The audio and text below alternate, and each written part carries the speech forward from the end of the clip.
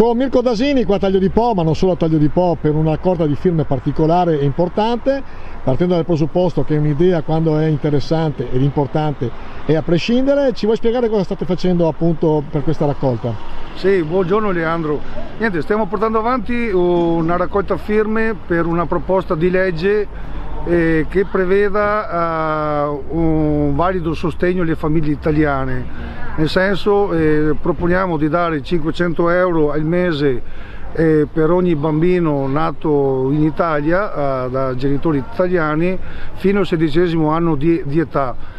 Questo perché negli ultimi anni, negli ultimi 10 anni abbiamo perso 170.000 nascite italiane, da 570.000 siamo passati a 420.000, di cui solamente 349.000 nati italiani.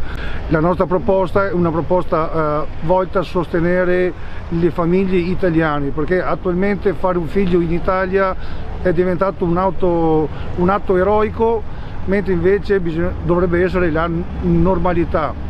Per cui siamo nelle piazze di tutto il Polesine, siamo partiti dal capoluogo Rovigo, abbiamo fatto Portoviro, Porto Tolle, oggi siamo qui a Taglio di Po e prossimamente toccheremo tutti i vari comuni del Polesine.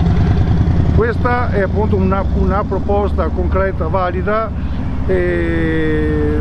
Dal 1861 oggi abbiamo toccato il picco più basso per quanto riguarda le nascite italiane.